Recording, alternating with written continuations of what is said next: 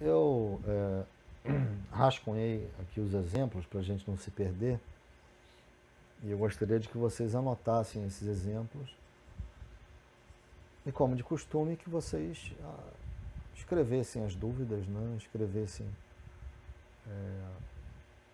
seus principais problemas aí de compreensão para que nós discutamos amanhã na nossa interação, né? A interação de amanhã, dia 20.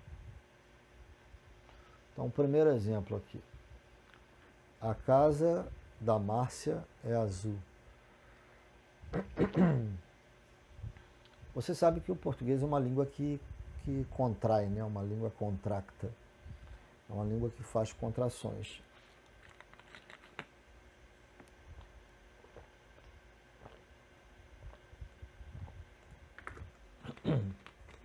Minha voz não está muito boa hoje, né? Mas vamos lá. Então, nesse exemplo, a casa da Márcia é azul.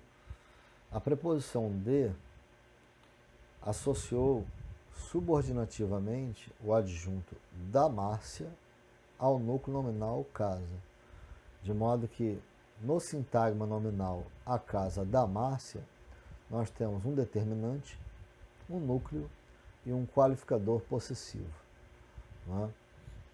Por isso que nós falamos que a preposição aí exerce um valor genitivo, né?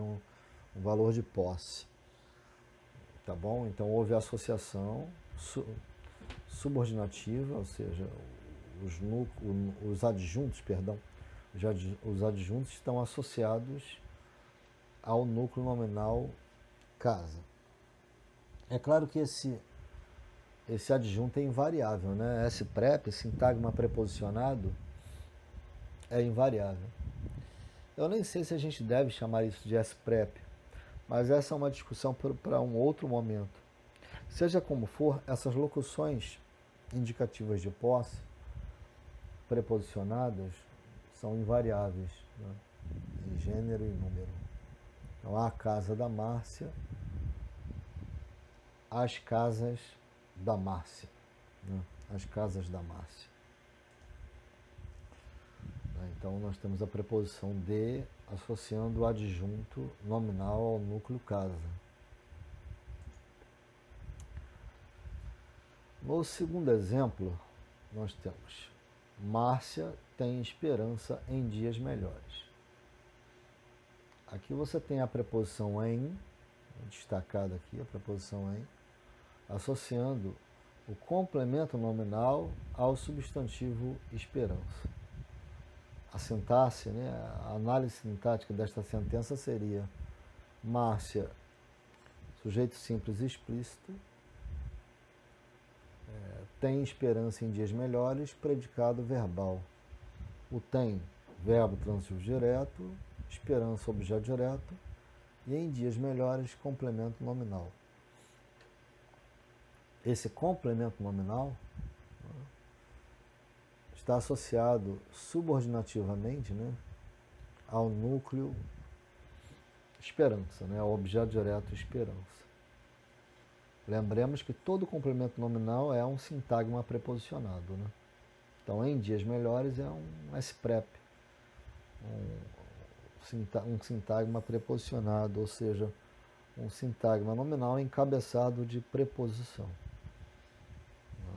Então, mais uma vez, a relação de subordinação da preposição em, promovida pela preposição em, entre um complemento e o seu núcleo, no caso, um núcleo nominal aí.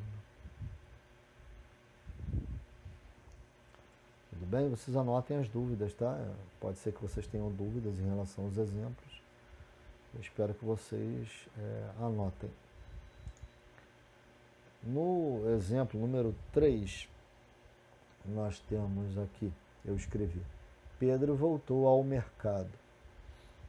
Então, aqui nós temos mais uma vez o complemento relativo, né, ao mercado, associado ao verbo voltou, né?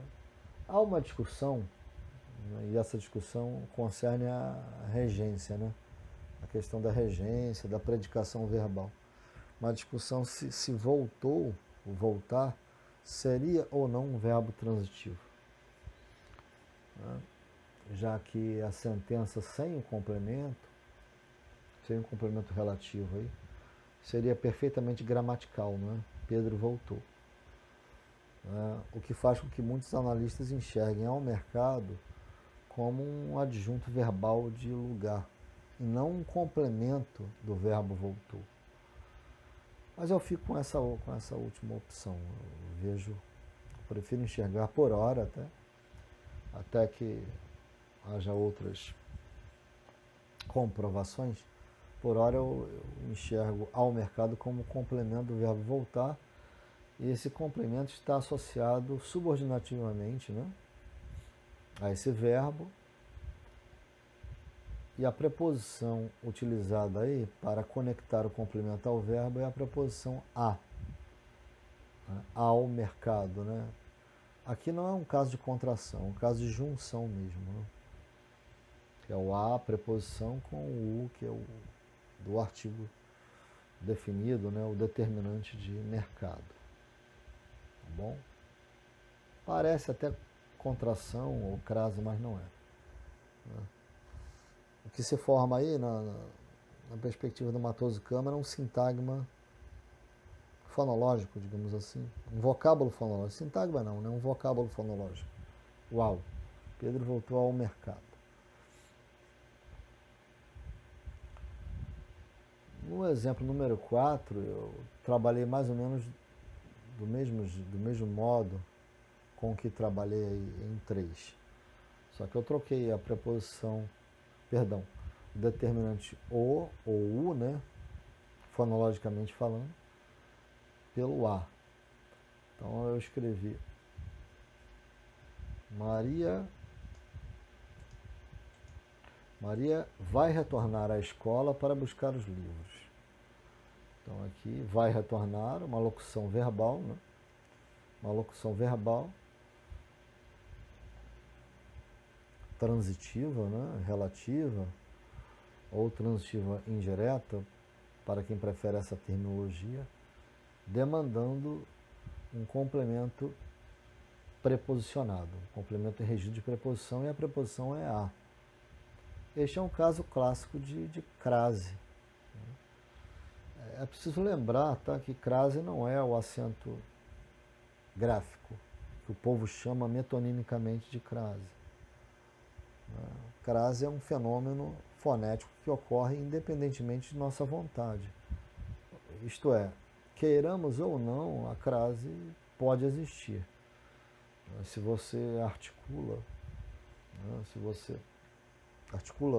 pronuncia dois fonemas idênticos em sequência, dois fonemas vocálicos idênticos em sequência, eles se fundirão. Existe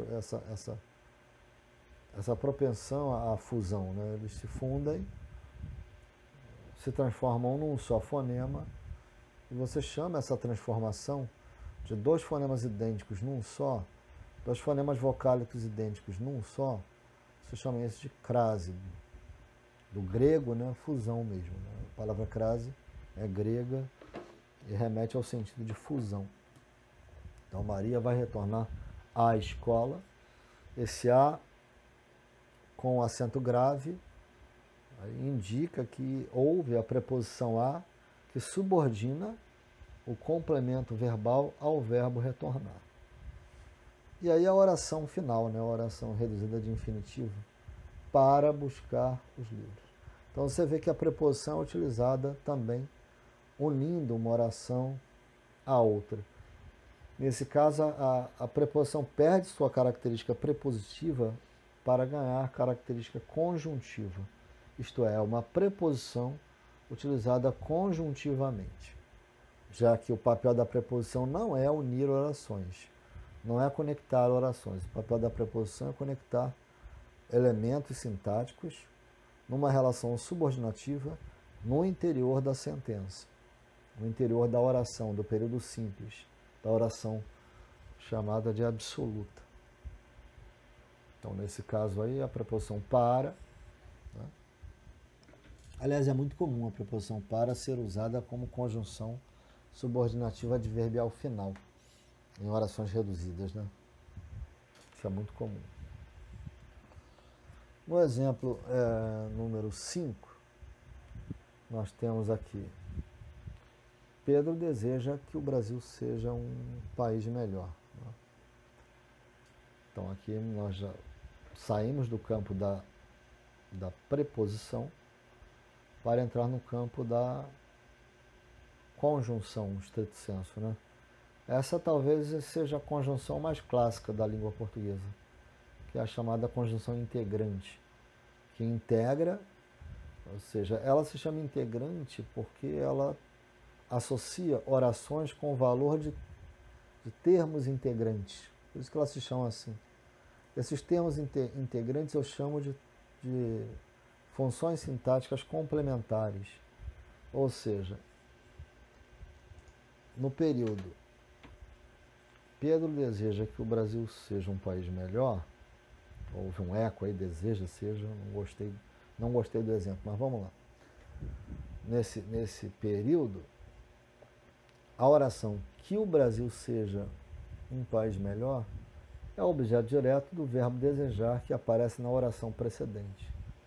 E quem fez a conexão entre esse objeto direto subordinado ao verbo desejar, ou seja, essa relação subordinativa, quem fez a conexão foi justamente a conjunção integrante que.